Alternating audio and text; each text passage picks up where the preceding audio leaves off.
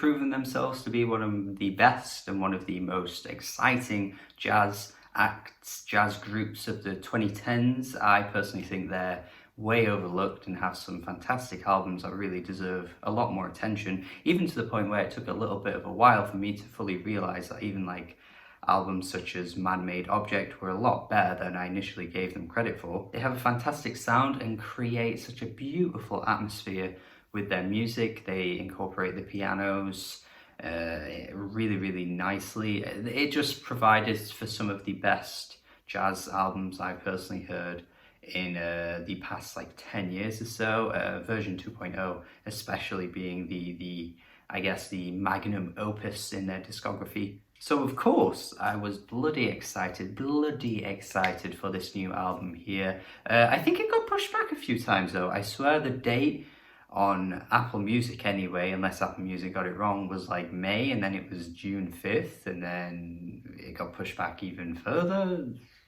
It's obviously a weird time in everyone's lives at the moment, so I'm being a bit more fair, I guess, to artists being a bit strange with their release methods. You know, if you're going to push back your album, there's probably multiple factors being pushed in the way and kind of making it harder for album releases to be scheduled on time. I don't really know, but it doesn't matter because it's here now. And of course, once again, we're getting a really strong piece of jazz music from the band. There are some incredibly exciting moments. Once again, the way they build their tracks into these massive climaxes is so godly that I just am in awe of their musicianship. They're so talented, it's crazy. The only thing I would say this time around which puts it behind some of their greater albums is that it gets a little predictable at points, especially after multiple listens. I was sort of visioning where the tracks were actually going, which is not something I can say for their previous albums, even though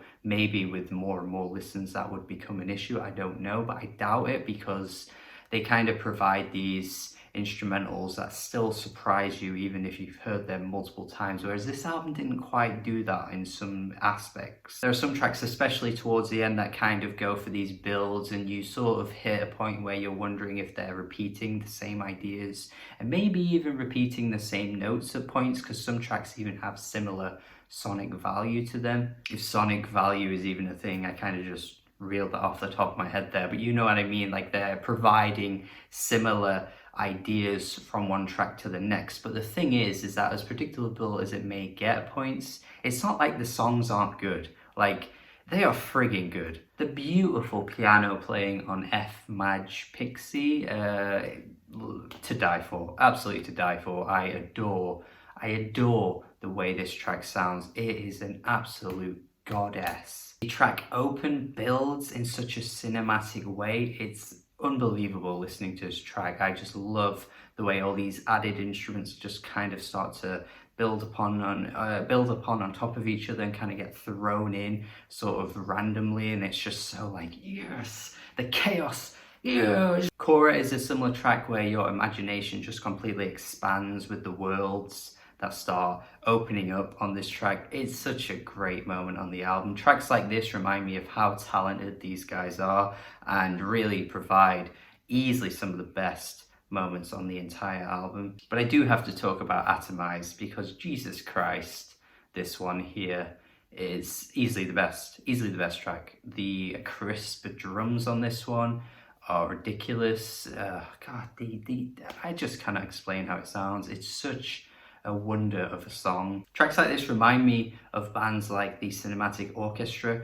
Cinematic Orchestra are kind of underrated in their own right too, because seriously, these guys are just so bloody talented, and the way that they just have this extremely like huge dynamic sound to what they do is so bloody impressive. And then this track kind of pulls from that too. I feel like if you're going to listen to at least any song from this band, it would have to be this one, or maybe even Kora or Open, I don't know, but I think you would definitely fall in love with Atomised on first listen if you are a jazz fan. The final few tracks go into a more solemn direction. You're just getting some really nice piano playing here. There aren't really these crescendos that break free on these ones. It's much more of a simple presentation, but they're still really nice on the ears nevertheless. But yeah, aside from that, I would honestly be so eager to call this a great album if it wasn't for the fact that, yeah, occasionally I'm hearing ideas that we've heard on previous songs,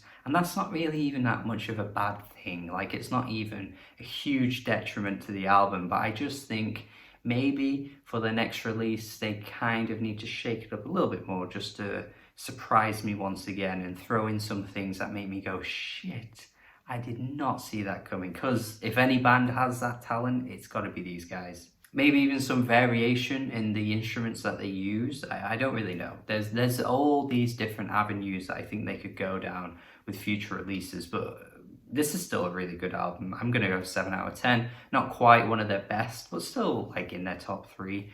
And the consistency of what this band is doing is so remarkable that I can't help but be impressed by pretty much anything they put out these days. Certainly still would regard it a highlight for jazz in 2020, but hopefully you check it out as well and agree with me on that. But let me know your thoughts. Let me know what you think. If you think it's as good as I do, if you think it's worse, let me know in the comments. That'd be great. Thank you for watching my review. Hopefully you enjoyed it.